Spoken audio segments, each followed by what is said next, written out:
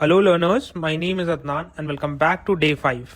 आज हम लोग सीक्वल के इंपॉर्टेंट कमांड के बारे में पढ़ेंगे। ये कमांड है इंसर्ट, अपडेट, डिलीट और अल्टर। और ना ही केवल इतना, हम लोग साथ ही साथ ये भी देखेंगे कि हम लोग किसी भी एक्सेल फाइल को किस तरीके से इंपोर्ट कर सकते हैं अपने सीक्वल वर्कबेंच में। और लास्टली हम लोग सीखेंगे किस तरीके से हम लोग डेमो डेटाबेसेस को और डेमो टेबल्स को क्रिएट कर सकते हैं चैट जीपीटी जैसे एआई टूल की हेल्प से। सबसे पहले हम लोग एसक्यूएल की बेसिक कमांड्स के बारे में पढ़ लेते हैं, जो कि है इंसर्ट, अपडेट, डिलीट और अल्टर। तो चलिए हम लोग चलते हैं अपने सीक्वल वर्कबेंच में और वहां पर इन सब कमांड्स को देखते हैं। अब जैसा कि आप देख रहे हैं, हम लोग अपने सीक्वल वर्कबेंच में आ चुके हैं। जो सबसे पहली कमांड थी वो थी इंसर्ट कमांड। एग्जाम्पल के लिए मैंने ऑलरेडी एक स्टूडेंट्स टेबल क्रिएट करा हुआ है। चलिए सबसे पहले वो टेबल देख लेते हैं। So what I will write select asterisk from the table name which is students. जैसे ही मैं इस इंटायर कमांड को रन करूंगा, आप लोग देखेंगे कि स्टूडेंट्स का जो टेबल है वो मेरे सामने सक्सेसफुली प्रिंट हो चुका है। तो इस पर्टिकुलर टेबल में मेरे पास जो कॉलम्स है वो है नेम, एज एंड ग्रेड, जिसमें कि हमारे पास स्टूडेंट्स का नाम अवेलेबल है, उनकी एज अवेलेबल है और उनका ग्रेड अवेलेबल है।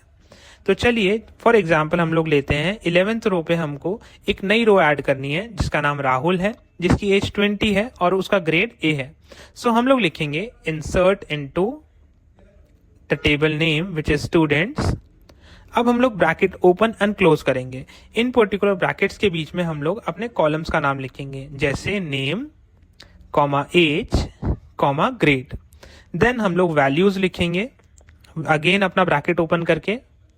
सबसे पहली वैल्यू थी हमारा नेम जो कि था Rahul, comma 20 and then comma A. बिल्कुल, इस पर्टिकुलर कमांड को हम लोग क्लोज करेंगे, एंटायर कमांड को सिलेक्ट करेंगे और सिलेक्ट करने के बाद एग्जीक्यूट करेंगे। एग्जैक्टली जैसा कि आप देख रहे हैं, ये पर्टिकुलर कमांड हमारी रन हो चुकी है। अब हम लोग अपना जो टेबल है उसको एक बार दोबारा से प्रिंट करते हैं, select everything from the table name which is students. और अब आप देखेंगे कि एक लास्ट में नई रो ऐड हो चुकी है राहुल नाम से, जिसकी एज 20 है और ग्रेड ए है। इसी पर्टिकुलर तरीके से इन केस अगर कोई हम डेटा फिल करना भूल जाते हैं तो इंसर्ट कमांड की हेल्प से हम वो डेटा जो है फिल कर सकते हैं। इस कमांड से स्टूडेंट्स टेबल में एक नई रो ऐड हो जाएगी जिसमें नेम राहुल रहने वाला है, एज 20 रहने वाली है और ग्रेड जो हमने भरा था ए वो रहने वाला है। और इसी तरीके से हमारी इंसर्ट कमांड जो है वो वर्क करती है। तो चलिए मूव करते हैं अपनी सेकेंड कमांड की तरफ, जो कि है अपडेट कमांड। सो अपडेट कमांड क्या करती है? ये कमांड यूज होती है एग्जिस्टिंग डेटा को अपडेट करने के लिए। जैसे कि इंसर्ट कमांड में क्या था, एक इंटायर रो ऐड हो रही थी, बट अपडेट कमांड क्या कर रही है, जो ऑलरेडी डेटा हमारे पास अवेलेबल है उसको अपडेट कर रही है। चलिए अब इस अपडेट कमांड को एक एग्जाम्पल की हेल्प से समझने की कोशिश करते हैं। फॉर एग्जाम्पल, जो अभी हमने रो ऐड करी थी इंसर्ट कमांड की हेल्प से, उसमें हमने राहुल का जो ग्रेड दिया था वो ए दिया था, बट अब हमें उस ए ग्रेड को अपडेट करके बी करना है। सो हम लोग लिखेंगे अपडेट टेबल का नाम which is students, then we will write set the grade, because हमें ग्रेड चेंज करना है, is equals to B. And हम उसके बाद अपनी कंडीशन देंगे where name is equals to Rahul.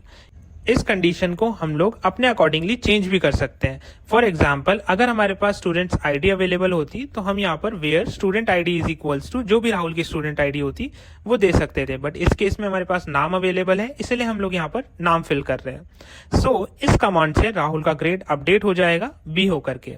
चलिए इस कमांड को एक बार रन करते हैं और रन करने के बाद हम लोग अपना एंटायर टेबल फिर से प्रिंट कराते हैं, which is select asterisk from the table name which is students. बिल्कुल, अब आप देखेंगे कि जो राहुल का ग्रेड है वो ए से हट करके बी अपडेट हो चुका है। और इसी तरीके से हमारी जो अपडेट कमांड है वो वर्क करती है। अब बारी है डिलीट कमांड की। डिलीट कमांड क्या करती है? ये कमांड यूज होती है डेटा को टेबल से डिलीट करने के लिए। फॉर एग्जाम्पल, जो कि हमने स्टार्टिंग में इंसर्ट किया था राहुल का डेटा, फॉर एग्जाम्पल हम उस पर्टिकुलर रो को ही डिलीट करना चाहते हैं। सो हम लोग इस केस में डिलीट कमांड का यूज करेंगे। तो डिलीट कमांड क्या करेगी? डिलीट फ्रॉम, हम अब यहाँ पर अपने टेबल का नाम लिखेंगे जो कि है स्टूडेंट्स, और उसके अगेन हम लोग कंडीशन देंगे where name is equals to Rahul, because हम राहुल वाली रो को डिलीट करना चाहते हैं। अब हम लोग क्या करेंगे, इस एंटायर कमांड को एक बार सिलेक्ट करेंगे और रन करेंगे। रन करने के बाद अगेन हम लोग अपना टेबल प्रिंट करेंगे with the help of select asterisk from the table name which is students. बिल्कुल। अब आप देखेंगे स्टूडेंट्स टेबल में से राहुल की जो रो है वो डिलीट हो चुकी है। देखिए फ्रेंड्स, डिलीट और ड्रॉप कमांड जो रहती है वो दोनों कमांड्स डिफरेंट रहती हैं, तो आप कंफ्यूज मत होना। जो डिलीट कमांड होती है वो टेबल में से डेटा डिलीट करने के लिए यूज होती है, बट जो ड्रॉप कमांड होती है वो एंटायर टेबल या फिर एंटायर डेटाबेस को डिलीट करने के लिए यूज की जा सकती है। तो चलिए और लास्ट में अल्टर कमांड एक बार देख लेते हैं। ये कमांड यूज होता है टेबल स्ट्रक्चर को मॉडिफाई करने के लिए। जैसा कि अगर हम लोग इस पर्टिकुलर टेबल के अंदर एक और कॉलम को ऐड करना चाहते हैं जो कि है एड्रेस कॉलम, तो उसको हम लोग अल्टर कमांड की हेल्प से कर सकते हैं।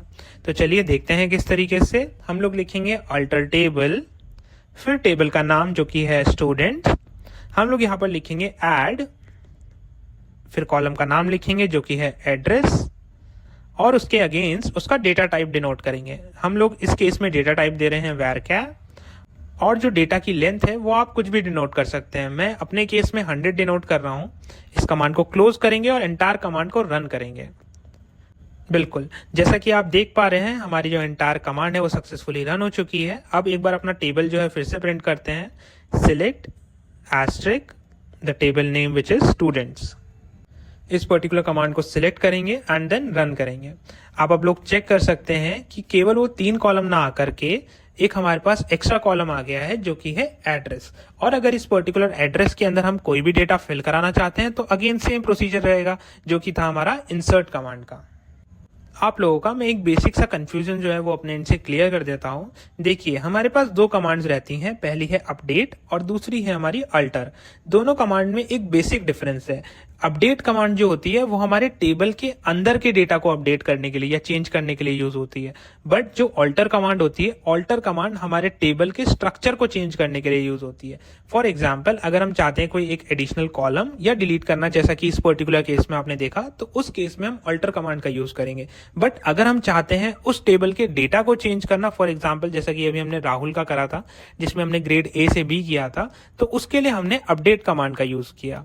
तो अगर बेसिक सी डेफिनेशन आपसे कोई पूछता है तो आप सिंपल ये जवाब देंगे कि अगर आप अपडेट करना चाहते हैं डेटा तो उस केस में हम लोग अपडेट कमांड का यूज करेंगे। बट अगर आप स्ट्रक्चरल चेंजेस करना चाहते हैं, कुछ डेटा के अंदर कुछ डिलीट या ऐड करना चाहते हैं, तो उस केस में आप लोग यूज करेंगे अल्टर कमांड। तो चलिए अब हम देखते हैं किस तरीके से हम लोग अपना डेटा जो है वो इंपोर्ट कर सकते हैं एक्सेल फाइल का अपनी वर्कबेंच में। देखिए सबसे पहले आप अपने डेटाबेस में आएंगे जो कि स्कीमाज में है, जैसे कि मेरे केस में वो है स्कूल। अब मैं इसको राइट क्लिक करूंगा। राइट क्लिक करने के बाद एक ऑप्शन आप देख पा रहे होंगे, टेबल डेटा इंपोर्ट विजार्ड। इस पे आप क्लिक करेंगे और आप अपनी फाइल का जो पाथ है उसको चूज करेंगे। जैसा कि मैंने अपना डेटा यहाँ से स्टूडेंट्स का पिक कर लिया है। पिक करने के बाद आप क्या करेंगे, अगेन नेक्स्ट पे क्लिक करेंगे, देन एक और बार नेक्स्ट पे क्लिक करेंगे और आपका जो डेटा है वो सक्सेसफुली सीक्वल में इंपोर्ट होने लगेगा। एक बार हम लोग फिर से चेक कर लेते हैं। Select everything from students.